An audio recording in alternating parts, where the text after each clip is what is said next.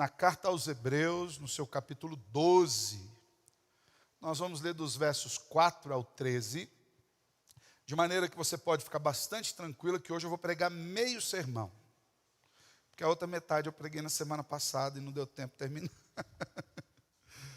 Mas, na verdade, nós temos estudado a carta aos Hebreus e esse seria o 28º, mas ele se tornou o 28º e 29º sermão na carta aos Hebreus. Nós temos falado desde a semana passada sobre a importância da correção de Deus na vida do crente. A gente já viu dois aspectos pelos quais é importante que Deus nos corrija.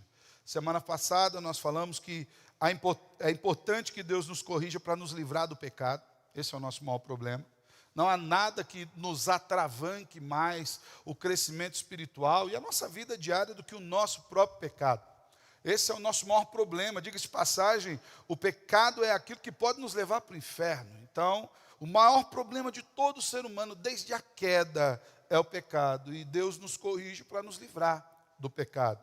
Outro aspecto da importância da correção de Deus na vida dos seus filhos é que a correção, ela é uma mostra do quanto Deus nos ama. No versículo 6, e nós vamos lá depois ler todo o texto, no versículo 6 de Hebreus, diz que Deus corrige apenas a quem Ele ama. E mais, apenas aquele que Ele recebe como filho. Então, se o Senhor nos tem corrigido, se nós sentimos a correção de Deus, nós podemos ter duas certezas muito claras no nosso coração: que Deus nos ama e que nós fomos recebidos como filhos de Deus por intermédio de Cristo Jesus. Então foi isso basicamente que nós vimos na semana passada, e hoje nós vamos ver mais dois aspectos pelos quais é importante receber a correção de Deus nas nossas vidas, para que a gente venha a dar frutos e porque a correção de Deus é restauradora. Mas antes nós vamos ler o texto novamente, Hebreus 12, dos versos 1 até o 13, onde o autor, o escritor bíblico, fala sobre a disciplina de Deus ser para o nosso bem. Diz assim o texto das Escrituras: na luta contra o pecado, vocês ainda não resistiram até o sangue. E vocês se esqueceram da exortação que lhes é dirigida como a filhos. Filho meu, não despreze a correção que vem do Senhor, nem desanime quando você é repreendido por Ele. Porque o Senhor corrige a quem ama e castiga todo filho a quem aceita. É para a disciplina que vocês perseveram. Deus nos trata como filhos. E qual é o filho a quem o pai não corrige? Mas se estão sem essa correção, da qual todos se tornaram participantes, então vocês são bastardos e não filhos. Além disso, tínhamos os nossos pais humanos que nos corrigiam e nós os respeitávamos. Será que então não nos sujeitaremos muito mais ao Pai espiritual para vivermos? Pois eles nos corrigiam por pouco tempo, segundo melhor lhes parecia. Deus, porém, nos disciplina para o nosso próprio bem, a fim de sermos participantes da sua santidade. Na verdade, toda disciplina, ao ser aplicada, não parece ser motivo de alegria, mas de tristeza. Porém, mais tarde produz fruto pacífico aos que têm sido por ela exercitados, fruto de justiça. Por isso, levantem as mãos cansadas e fortaleçam os joelhos vacilantes. Façam caminhos retos para os seus pés, para que o manco não se desvie, mas seja curado. Até aqui, irmãos. Vamos orar mais uma vez ao Senhor? Nós te louvamos, Senhor, por tudo aquilo que o Senhor tem feito durante esse dia na nossa vida e na nossa igreja. Já tivemos oportunidade de ter a nossa escola bíblica dominical hoje pela manhã. Também, Deus, tivemos uma grande parte do teu povo aqui pela manhã no culto matinal, louvando o teu nome. E temos essa graça de podermos voltar no final da tarde, com outra parte maravilhosa desse povo que vai morar no céu, para louvarmos, bendizermos ao seu nome, buscarmos a tua face e sermos edificados pelo Senhor. É isso que nós precisamos, Senhor, e é isso que nós lhe clamamos nessa noite. Fala conosco. Que a tua palavra encontre um lugar de morada dentro do nosso coração, moldando a nossa mente e ao nosso coração, ao teu querer, para que nós sejamos de acordo com a tua vontade. É assim que nós oramos, em Cristo Jesus. Amém e amém. Então, irmãos, é importante nós entendermos o porquê que Deus nos disciplina. Mas para falar de disciplina é importante lembrar também que ninguém gosta de ser disciplinado. Quem gosta de ser disciplinado? Quem aqui? Os jovens, os filhos. Quem que fala assim, pastor, tenho orado foi uma semana para meu pai me disciplinar e não está acontecendo. Vamos jejuar para que isso ocorra, né? Ninguém gosta da disciplina. A disciplina, no primeiro momento, nunca nos parece agradável. Por quê? Porque a disciplina sempre aponta para a nossa limitação.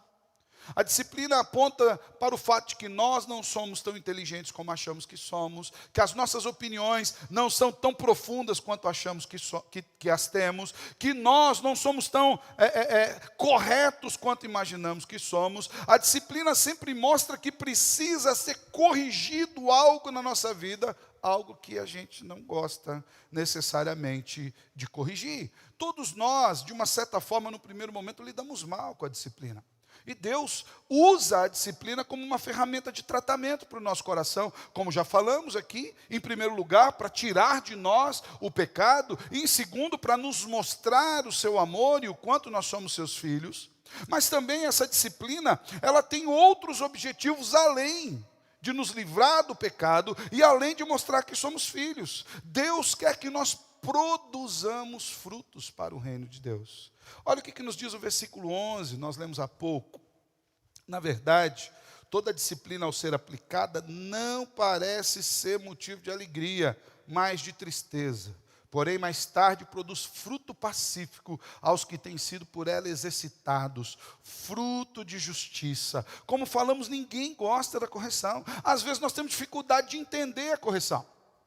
Eu lembro-me quando eu era pequeno, minha avó morava numa grande casa de madeira na cidade. Esses dias eu passei lá na frente do terreno e parece que diminuiu o terreno. Quando eu era pequeno, aquele terreno parecia que era enorme, gigantesco. Tinha a casa, depois tinha um espaço entre a casa e a parte do fundo, tinha uma despensa e ao lado, em forma de L, assim, um corredor em forma de L, tinha uma grande parreira de uvas. E nós amávamos ficar debaixo daquela parreira, mas meu avô cuidava daquela parreira muito bem.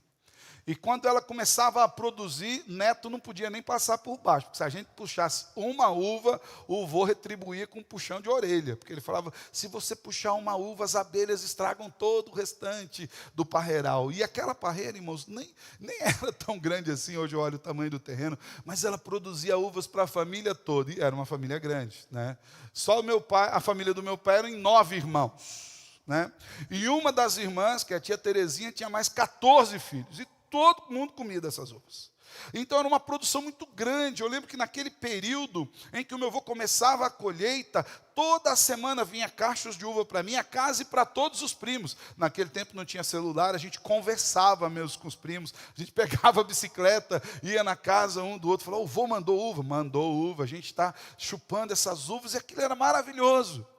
Porém, tão logo parava a colheita de uva, meu avô dava uma coisa na cabeça dele, ele pegava um facão grande, uma serrinha dessas de mão e uma tesoura, e ele partia para dentro daquela parreira e ele tirava todas as folhas dela. Na minha visão, eu falava, por que será que o vô está tão bravo com essa parreira? Porque ele destruía a parreira. Não ficava uma folha sequer. E eu lembro que essa parreira era composta por várias árvores ali, e nós só vimos aqueles troncos. Não sei se você já viu uma parreira de uva, o tronco é meio retorcido, meio ressequido, e ele vai subindo naquele lugar ali, onde a parreira fica, no estaleiro, na treliça, onde a parreira fica ali encostada, e nós vimos aqueles galhos simplesmente secos. E eu lembro-me que num dado momento, eu ainda era muito jovem, não entendia nada disso, fiquei triste. Eu cheguei a pensar que o meu avô tinha feito isso porque nós, como netos, tínhamos aprontado alguma coisa e ali ele queria nos castigar. Mas qual foi a minha surpresa? Que passado o período de tempo, de repente começa a brotar uma folha, outra folha, começam a aparecer alguns pequenos cachos, algumas flores, e aquilo começa a produzir tudo novamente, aquela parreira se enchia. E depois eu fui entender que o meu avô fazia isso porque ele estava retirando tudo aquilo que poderia roubar a força da parreira para que ela viesse produzir de novo. Aquelas folhas, embora parecessem bonitas, elas eram enganosas. Se ali elas continuassem ligadas àquela videira, ela não produziria mais, porque toda a energia dela era para cuidar daquelas folhas. O Senhor faz isso conosco. Quando o Senhor nos corrige, Ele poda, Ele tira de nós tudo aquilo que possa atrapalhar o nosso crescimento. A poda de Deus, a disciplina de Deus é para tirar de sobre nós tudo aquilo que possa sugar ou roubar a força do nosso crescimento espiritual, do nosso desenvolvimento espiritual. E embora nós todos concordemos que o caráter inicial da disciplina, dessa poda de Deus, ele possa parecer muito doloroso, o objetivo era maravilhoso. O objetivo da poda de Deus era maravilhoso. Se você está com a sua Bíblia aberta e você dá uma olhadinha no versículo 10, você vai perceber que o autor aos Hebreus diz que ele faz uma comparação entre a correção dos pais e a correção de Deus. Ele diz, olha, os nossos pais nos corrigiam por um pouco de tempo, segundo melhor lhes parecia. Ou seja, era um período curto de tempo, você vai ser corrigido pelos seus pais durante o período que você estiver ali debaixo da guarda dele, do cuidado dele, da casa dele. Tenha você 1, 2, 10, 20 ou 30. Está lá na casa do pai, a correção é dele. Está sobre ele a vara da correção. E ainda diz mais, os nossos pais nos corrigiam segundo melhor lhes pareciam. Ou seja, de acordo com aquilo que eles pensavam que era melhor. Mas olha o que ele diz, Deus, porém, nos disciplina para o nosso próprio bem, a fim de sermos participantes da sua santidade. A disciplina de Deus é para que nós tiremos de nós todo o atrapalho, todo o peso, todo o pecado e participemos vigorosamente da sua santidade. A poda, a disciplina de Deus é para nos colocar no céu, para que nós reinemos com Ele, para que nós vivamos com Ele. É fato que, apesar de sabermos disso, nós não apreciamos ainda a correção. Mas, na verdade, toda disciplina, embora ela não pareça motivo de alegria, mas de tristeza, ela tem um objetivo. E a gente sabe que é assim. Às vezes a gente olha para as crianças e fala, criança não gosta de ser corrigida, adulto também não. Experimenta algum irmão chegar para você e falar, irmão, isso aqui que você fez está errado. Você fala, como assim está errado? Ou então experimenta alguém falar para você, olha, isso aqui não pode ser feito, não dessa forma. Você precisa melhorar a maneira como você fala, a maneira como você age, você precisa melhorar no trabalho, porque esse caminho que você está andando não é exatamente igual ao caminho que o Senhor tem proposto para você. Nós não gostamos da correção, mas é sempre importante ressaltar que o objetivo da disciplina de Deus na vida do crente é fazer com que nós produzamos frutos de santidade. Olha o que diz ali ainda no versículo 11. Ao final, produz um fruto pacífico aos que têm sido por ela exercitados. E aqui, quando nós vemos a aplicação de Deus, dessa metáfora de fruto pacífico, você vai perceber que ele está usando uma linguagem de exercício. Ele diz que nós somos exercitados pela santidade. A santidade para nós, ela é uma tarefa. A santidade para nós é um ofício do qual não vem no piloto automático. A santidade precisa ser buscada. A santidade faz parte de uma vida de oração, de uma vida de dedicação a Deus. A santidade faz parte de uma vida de afastamento do mundo. A santidade faz parte de uma vida onde nós pegamos os nossos pensamentos e levamos cativos a Deus. Ela é um exercício. Eu tenho usado muita figura da corrida, não que eu seja o corredor, você já percebeu que esse corpinho aqui, se eu for querer correr, não vou muito longe, né? Mas não que eu seja um corredor, mas é que o próprio autor, ele usa o exemplo da corrida, dizendo que a vida cristã é uma corrida. Eu acredito que muitos aqui, eu vejo aqui alguns irmãos vigorosos que correm maratonas, né? Mas se você for lá ver esses irmãos, torcer por eles nas maratonas, aquilo que você vai ver não é o todo. Aquilo é o resultado de um longo período onde esses irmãos se prepararam com alimentação, prepararam com exercício, fortaleceram ali seus membros, seus joelhos, suas pernas, seus pés, para que naquele momento em que eles estão disputando aquela carreira, ali sim, apareça todos os exercícios. Também é assim na vida do cristão. Sabe aquele irmão, aquela irmã que às vezes você chega para ele tem uma palavra boa para te dar? Aquela pessoa que você troca uma palavra com ele, e ele tem um versículo sempre na ponta da língua, e fala, mas a Bíblia diz isso, meu irmão. A palavra do Senhor diz isso. Olha só o que diz esse salmo. O Salvador Jesus disse isso. Olha essas palavras do apóstolo Paulo, do apóstolo João, do apóstolo Pedro. Perceba, meu irmão, como as escrituras, elas são ricas, e elas nos dizem assim. Olha as palavras dos profetas. Aquele irmão que sempre tem na ponta da língua uma palavra boa, uma palavra de Deus para nos dirigir. Aquilo não nasceu do nada. Aquilo é só o resultado de uma vida de leitura da palavra, de uma vida de submissão. Sabe aquele irmão que sempre tem uma oração a fazer com você? Não que a oração de um seja melhor que a do outro, mas às vezes nós temos uma dificuldade de orar, porque a gente não ora, é só por isso. A gente não entende o que é oração. Às vezes a gente imagina que oração é um poder de convencimento para com Deus, onde eu vou explicar para Deus e Deus vai entender o que eu quero, daí uma vez que ele entendeu, ele faz. E não é isso. Oração é um coração aberto. Oração é quando nós nos prostramos na presença do Senhor e falamos como um filho fala com o pai. Nós nos abrimos. Isso é uma vida de oração. Essas pessoas que têm facilidade em orar, têm facilidade em aconselhar, têm facilidade em citar a palavra de Deus, são pessoas que têm se exercitado na santidade. É isso que o autor está nos dizendo. Que a disciplina de Deus produz um fruto pacífico, um fruto de justiça, quando nós somos exercitados pela disciplina. E qual é a disciplina de Deus? A disciplina de Deus é que nós nos afastemos do mal, que nós nos afastemos do pecado, que nós nos dediquemos a ler as Escrituras, que nós oremos, que nós participemos da comunhão, que nós façamos o uso de todos os meios de graça para o nosso fortalecimento espiritual. É isso que o Senhor quer de nós. O problema é que, como nós não gostamos de disciplina, a gente tem uma facilidade em repelir qualquer tipo de disciplina que Deus possa impor sobre nós. E aqui nós podemos responder à disciplina de Deus basicamente de 4 maneiras. A gente pode aceitá-la com resignação, sabe assim? Não tem o que fazer, né? Então, aceitar, né? Ou nós podemos aceitá-la como injustiçados, pensando que nós não merecemos. Onde já se viu Deus fazer isso comigo? E aí a gente lembra um sem número de irmãos. Aquele irmão fez isso, aquele outro irmão fez aquilo, aquele outro fez isso, e Deus fez isso comigo. Além de seus pecados, agora você está falando mal dos outros. Para Deus. Como se Deus conhecesse cada um de nós. Você pode também não aceitar a disciplina de Deus e ficar ofendido. Eu lembro que há um tempo atrás, tinha um movimento. A igreja vai vivendo com vários movimentos, né? Eu já passei por vários movimentos na igreja. Até dentro da igreja presbiteriana do Brasil. Já vi gente com negócio de dente de ouro, aqueles negócios todos. Já vi essas coisas tudo, né? Uma unção para tudo quanto é coisa.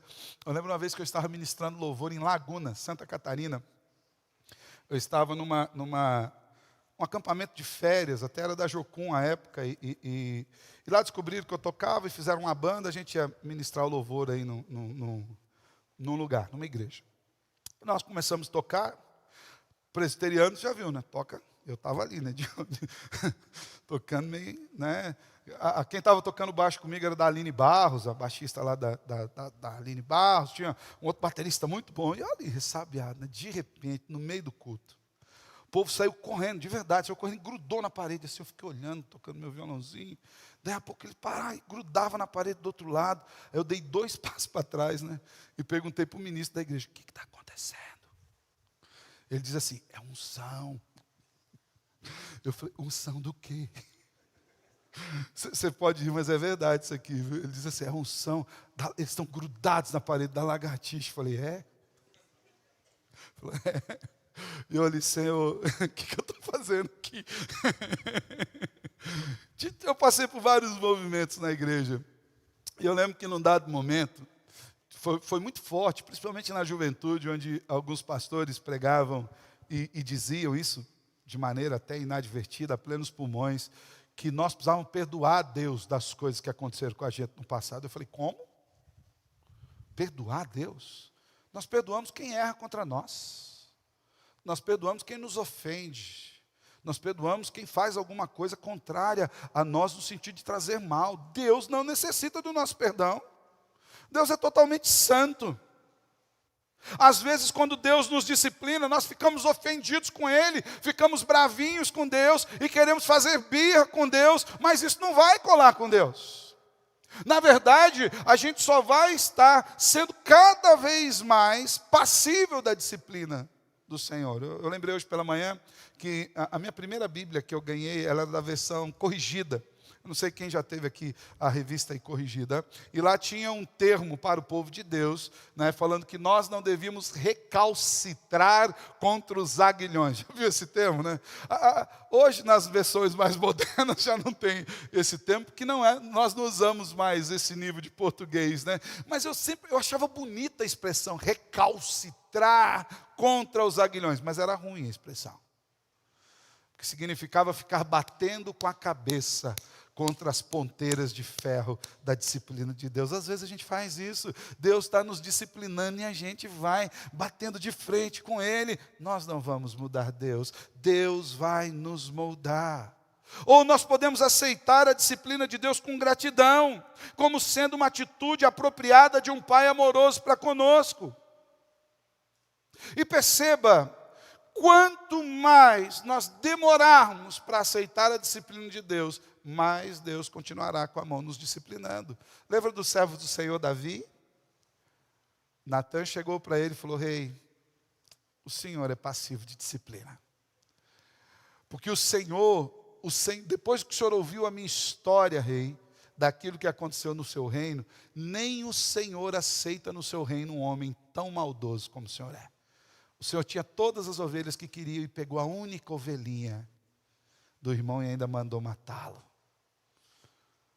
Deus está te disciplinando. Davi ouviu isso no primeiro momento, achou top. Natan, cabra macho, falou isso na frente do rei de Israel. Mas se você for ler o Salmo 32, você vai perceber que Davi não recebeu aquela disciplina no primeiro momento com grande alegria, e ele até recalcitrou contra os aguilhões. Porque ele confessa: enquanto eu calei o meu pecado, os meus ossos envelheciam dentro de mim. Por quê?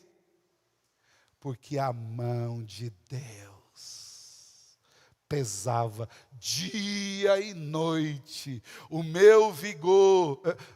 O problema é que a gente vai ficando velho, a gente só lembra das versões mais antigas, né? Não vai estar isso nas versões mais novas. Mas as mais antigas diz assim: o meu vigor se tornou em sequidão de estio. Se você lembra dessa expressão, eu já sei que você também é de um tempo. Ou você lê Bíblias mais antigas. Talvez você é novo, mas tem um apreço por versões mais antigas. O meu vigor se tornou em sequidão de estio. Por quê? Porque a mão de Deus me disciplinava.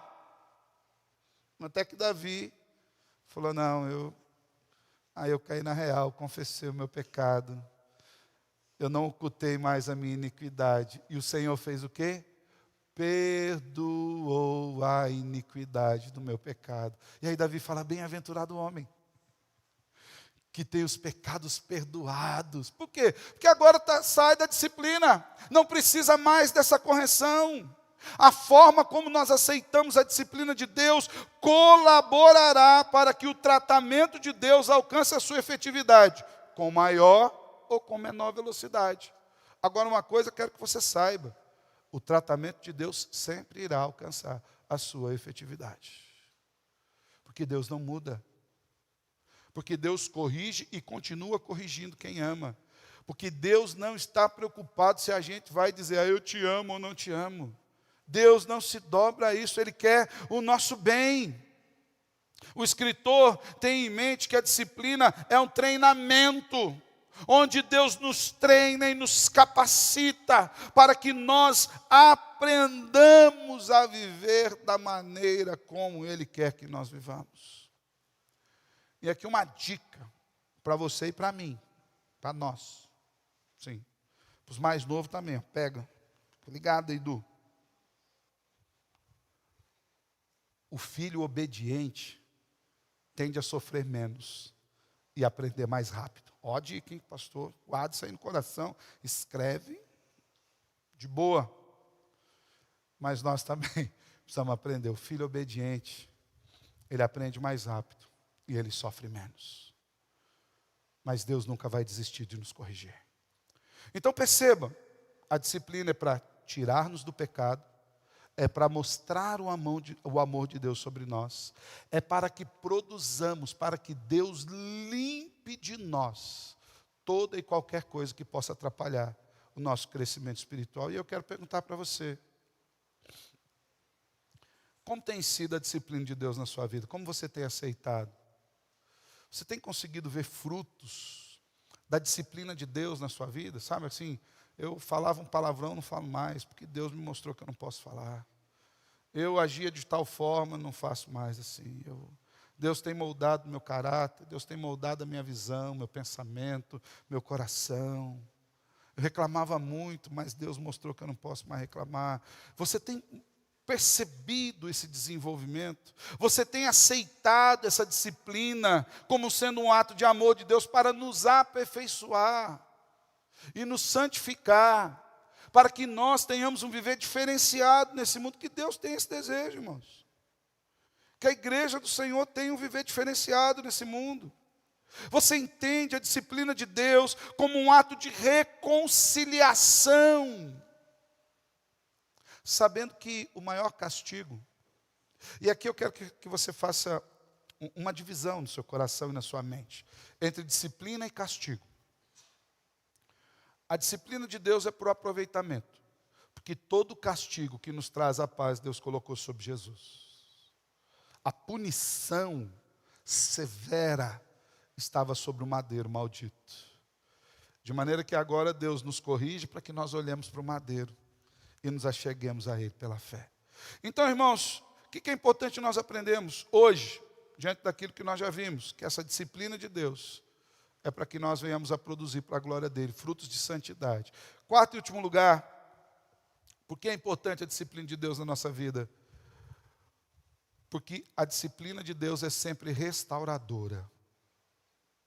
Deus nunca vai nos disciplinar para nos destruir. Esse não é o objetivo de Deus. A disciplina de Deus, a correção de Deus é sempre restauradora. Olha o que nos diz os versículos 12 e 13. Por isso levantem as mãos cansadas, fortaleçam os joelhos vacilantes, façam caminhos retos para os seus pés, para que o manco não se desvie, mas seja curado. É importante nós lembrarmos que aqui o autor bíblico está falando com a igreja. E ele está falando com irmãos da igreja que estavam enfrentando um momento de luta, muitos querendo abandonar a fé. Todo o livro de Hebreus tem o objetivo de fortalecer a fé daqueles irmãos, porque por conta das suas adversidades, muitos estavam abandonando a Cristo, abandonando a fé, voltando para os seus velhos rudimentos, voltando para a lei, voltando para o judaísmo. E muitos estavam claudicantes, vacilantes, balançando. E perceba aquilo que o autor diz, olha só. Levantem as suas mãos cansadas, fortaleçam os joelhos que estão vacilando, façam caminhos retos para os seus pés, para que o manco não se desvie, mas seja o quê? Curado. Deus nunca deixou nenhum dos que são seus pelo caminho. Você não vai encontrar isso em nenhum momento. Um dos textos lindos das escrituras bíblicas, das escrituras sagradas que falam da correção, é quando Arão e Miriam se voltaram contra Moisés, porque Moisés havia arrumado uma esposa egípcia. E eles começaram a falar mal de Moisés. E Deus veio falar com eles num sonho, à noite. Falando, Arão, Miriam, é o seguinte, com Moisés eu falo face a face. Moisés é meu amigo, particular. Moisés é o único homem da história que viu a Deus, ainda que por uma fenda, uma teofania. Mas é o único que o Senhor, amigo de Moisés, fez isso. Moisés é um homem quem Deus veio defender, imagina isso. Deus veio defender, olha, vocês fiquem tranquilos, com vocês eu falo em sonho, mas com Moisés eu falo face a face. Então, não falem mal de Moisés. Porém, naquele momento, em que teve essa revelação do sonho, Miriam foi tomada de lepra. E quando ela acordou daquele sonho, ela estava toda tomada de lepra. Alguns comentaristas, e eu concordo com eles, dizem que é muito provável que esse estado de lepra do qual o corpo de Miriam foi tomado, era uma exposição de como estava o interior de Miriam. O interior dela estava doente, apodrecido. E Deus externou aquilo. Mas perceba que, naquele momento, Moisés tomou conhecimento de todas essas coisas. Mas enquanto Miriam ficou separada, porque quem era leproso tinha que ficar fora do arraial. Enquanto ela ficou fora do arraial, sendo tratada, sendo curada, o povo não levantou acampamento, foi embora. Sabe por quê? Porque Deus não deixa nenhum dos seus para trás. Deus não desiste da gente porque a gente é filho ruim. Amém, irmãos? Se aqui é uma Assembleia de Deus, uma hora dessa, você ia ferver de aleluia aqui. É um negócio, tem uma assembleana lá que fala, no meio de presbiteriano a gente fica meio... Né? Se é uma igreja pentecostal, chega a tremer as paredes aqui de aleluia. A gente presbiteriano, a gente fica mais de boa. Né? Mas, irmãos, isso é algo maravilhoso para nós. Deus jamais desistirá de nós, ainda que sejamos filhos desobedientes, porque Deus não tem o objetivo de nos deixar para trás. A disciplina de Deus é sempre, em todas as instâncias, restauradora. Deus quer nos restaurar, a ponto de ter enviado seu Filho Jesus na cruz do Calvário, para receber a punição mortal do pecado, para que nós tivéssemos vida nele. A carreira de fé será completada vitoriosamente na medida em que as ações, levantar as mãos, fortalecer joelhos, fazer caminhos retos, forem usadas tanto para curar as nossas feridas espirituais, quanto para curar os nossos irmãos. Nós precisamos entender que o Senhor quer restaurar a sua igreja, que o Senhor é um cuidador da sua igreja, que o Senhor não quer que nós voltemos para trás, que o Senhor nos tem dado todos os meios de graça para que nós sejamos fortalecidos. É por isso que você tem momento de culto, é por isso que você tem leitura e exposição da Bíblia, hoje está difícil, hein? É por isso que você tem momentos de louvor para você cantar, é por isso que você tem um momento de comunhão, é por isso que você tem a ceia do Senhor. Todos esses meios Deus providenciou para nós, para nos fortalecer, para que nós não venhamos vacilar na nossa caminhada. Olha o que ele diz: levantem as mãos cansadas, fortaleçam os joelhos vacilantes. Se você tem se cansado da caminhada, tem enfrentado lutas, olhe para Cristo, levante as mãos a Ele, fortaleça os seus joelhos, fortaleça os seus pés no Senhor. O que nos diz o profeta Isaías? Os jovens se cansam, se fatigam, mas os que esperam no Senhor são renovados nas suas forças. Correm e não se cansam, caminham e não se fatigam, sobem com asas como águias. Porque há poder neles? Não, porque eles esperam no Senhor. E olha só, o autor não apenas está preocupado com o curar das nossas feridas, mas ele está preocupado com a nossa caminhada, para que nós evitemos as armadilhas do futuro. Ele diz: façam caminhos retos para os seus pés. Às vezes, irmãos, nós temos buscado andar por caminhos tortuosos, e os caminhos tortuosos, eles são terríveis, eles são problemáticos. Os caminhos tortuosos escondem ciladas. O Senhor diz: ande pelo caminho reto, para que se tiver alguém vacilando, não fique para trás, mas que ele seja curado. Eu lembro-me do pastor Paulo Andreucci, certa vez pregando aqui, até falando sobre casais.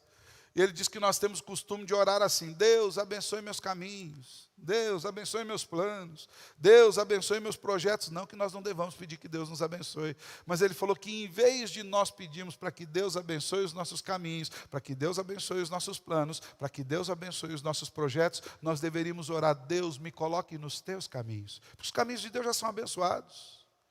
Deus, me faça andar nos seus planos. Deus, me faça sonhar com os seus projetos. O Senhor mesmo diz que os pensamentos dele são maiores do que os nossos, são melhores do que os nossos. Que o objetivo dele para conosco é muito mais do que nós possamos imaginar. Então o autor, sabendo disso, ele diz para aqueles irmãos: façam caminhos retos para os pés, ou seja, andem nos caminhos do Senhor. Irmãos, em toda a congregação, em toda a sociedade cristã, por onde quer que você passe, Sempre haverá irmãos fracos, propensos a extraviar, a abandonar a fé. Sempre vai ter gente machucada, ferida. E aqui o Senhor nos chama a, como igreja, fortalecermos uns aos outros. A termos um andar de tal forma que nós consigamos fortalecer os nossos irmãos. É dever dos crentes, dos mais fortes, encorajarem os mais fracos. Está vendo o irmão afastado? Liga para ele, ora por ele, faz uma visita. Às vezes nós empreitamos a vida cristã para o pastor fazer. Não, o pastor ganha para isso, ele vai fazer isso. Mas às vezes o seu abraço pode ser a expressão do amor de Deus para alguém. As suas mãos estendidas, o seu olhar, olho no olho. Talvez a sua oferta seja a expressão do amor de Deus sobre a vida de alguém. Talvez a sua ligação, a sua oração, a sua preocupação. Como pastor a gente visita. Tem que visitar mesmo e a gente gosta de visitar também. Mas muitas vezes eu fui na casa de pessoas, assim, recorrentemente, e as pessoas falam, pastor, ninguém vem me visitar. Eu falei, mas eu venho, estou vindo aqui então. Mas o senhor é pastor, né? Mais ou menos assim. Se nem o senhor vier, agora a coisa está tensa. Ninguém da igreja. E é claro, irmãos, que isso não é justificativo para que alguém se afaste. Mas quando a gente está fraco, como é bom ter alguém para falar, levanta, vamos junto. Eu caminho com você. Mas eu não estou conseguindo orar, então eu oro por você.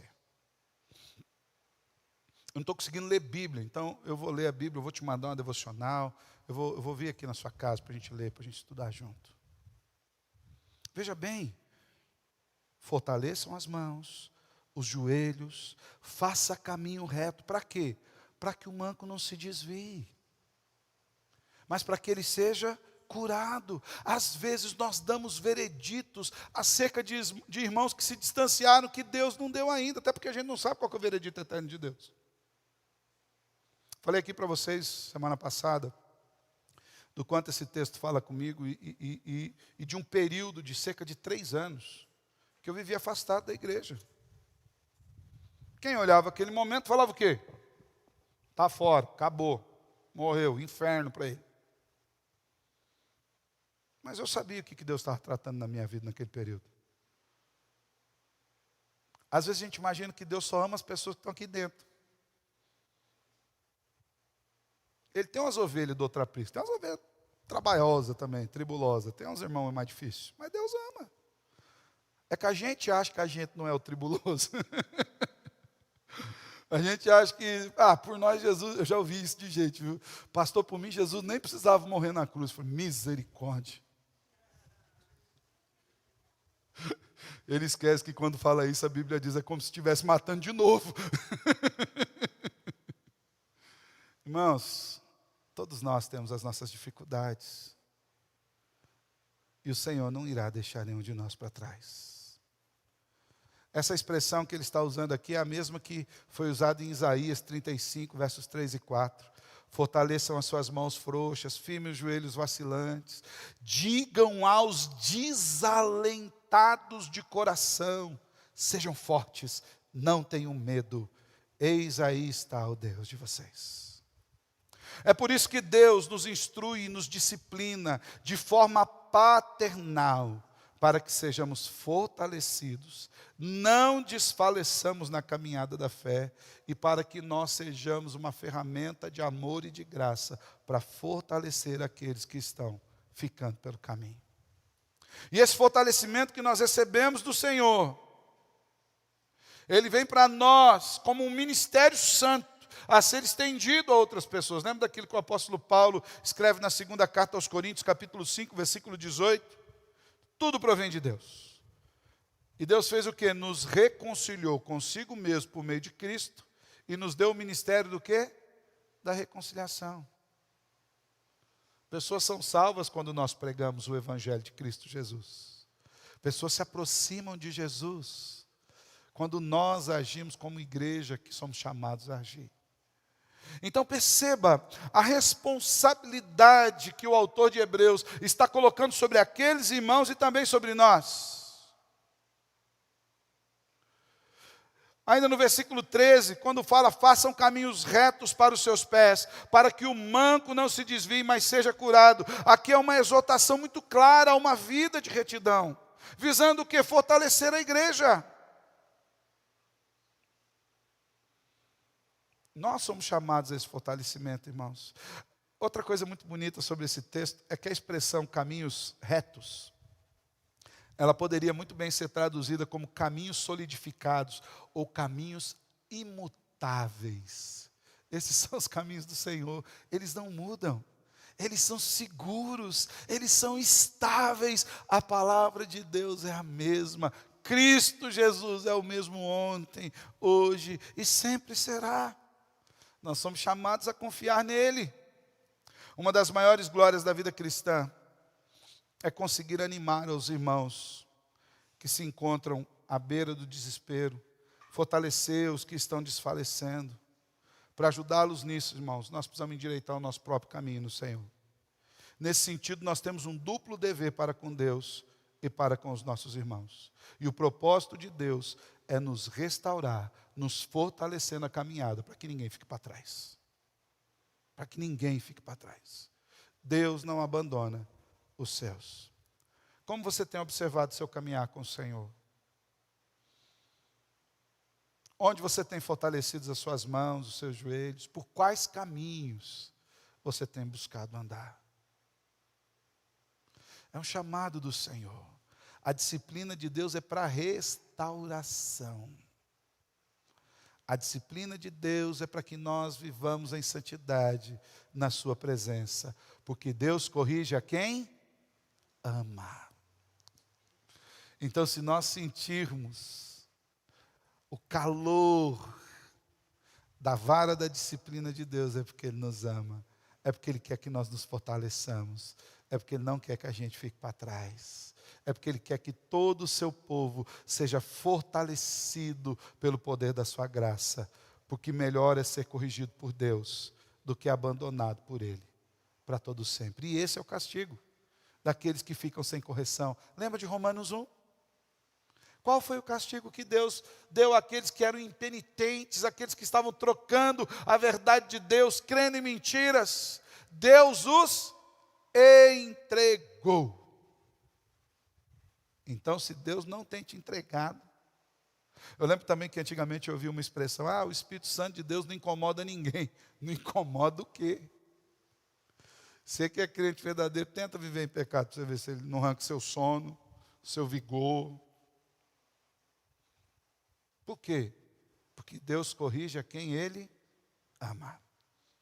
Se nós estamos experimentando da correção de Deus, é para a nossa restauração, para o nosso bem e para a glória do seu próprio nome. Para a gente terminar, quero tirar 5 lições rapidinhas desse texto. Primeira, quando Deus usar algum meio para te corrigir, não rejeite a correção. Deus pode levantar um irmão, Deus pode falar com você pelo Espírito Santo do seu coração, Deus pode falar com você pela palavra dele, numa escola dominical, numa exposição das Escrituras. Deus pode falar com você no momento devocional. Deus tem falado muito comigo nas nossas devocionais, que eu envio diariamente. Deus pode falar com você. Algumas daquelas eu tenho guardado, para eu ouvir de novo, falando assim, eu preciso ouvir isso aqui de novo. Deus, não rejeite a disciplina, porque isso é prova do amor de Deus para com a sua vida, para com a minha vida. Ele nos ama e nos corrige para aproveitamento. Segundo, saiba que Deus só disciplina quem são os seus filhos. É só os filhos que Deus disciplina. Os não filhos Ele entrega. Segue seu curso aí. Os filhos Ele corrige. Então, se você está sentindo a correção de Deus, lembra? Eu sou um filho amado de Deus. Isso não é expressão da ira e da raiva de Deus. É expressão do seu amor que me adotou em Cristo Jesus para ir morar com Ele eternamente no céu.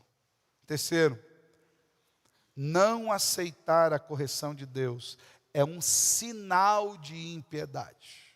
Então lembra, Deus corrige a quem Ele ama. Mas se nós não temos sentido essa correção, ou se nós não estamos nem aí para essa correção, a não correção é sinal de impiedade e a gente está atento a isso. Quarto, A correção de Deus é sempre restauradora. Deus nunca irá nos corrigir para nos destruir, de maneira alguma. Eu é que sei os pensamentos que tenho a vosso respeito, diz o Senhor. Pensamentos de paz e não de mal. Antigamente nas versões para vos dar o fim que desejais. Nas novas versões diz assim, para vos dar um futuro e uma esperança. Eu é que sei. Quando o Senhor escreveu isso aí? Carta que Deus mandou Jeremias entregar no capítulo 29, para o povo que estava no cativeiro da Babilônia, no primeiro de 70 anos que eles iriam ficar lá. Deus falou, olha, eu sei pensamento de paz, não é de mal, para mudar o destino de vocês, para renovar a esperança de vocês. Então a correção de Deus, irmãos, é sempre restauradora. Quinto e último, nós temos a responsabilidade, eu e você, responsabilidade cristã, de andarmos nos caminhos do Senhor, para sermos fortalecidos e fortalecermos os nossos irmãos. Se porventura você vir algum irmão vacilante, se você souber de algum irmão que está distante, lembre, você tem uma responsabilidade diante de Deus, de andar em caminhos aplanados e chegar nesse irmão e convidá-lo para vir a esses caminhos também. Fortalecer os que estão descaídos. E essa é a forma como Deus usa. Deus usa a igreja. Deus usa a mim, Deus usa você. Você acha que para Deus usar você, você precisa ter um diploma de teologia e ser ordenado como pastor? Isso é uma função de serviço. Mas como organismo vivo, o corpo de Cristo, Deus usa todos nós. A cada um de nós. Para o fortalecimento da sua igreja. Meus irmãos, meu desejo é que nós entendamos a importância da correção de Deus. E que saibamos que se Ele nos corrige, é por conta do seu amor paternal. Para nos renovar, para nos restaurar, para nos fortalecer, para que produzamos para a glória de Cristo Jesus. Amém? Feche seus olhos, quero orar com você.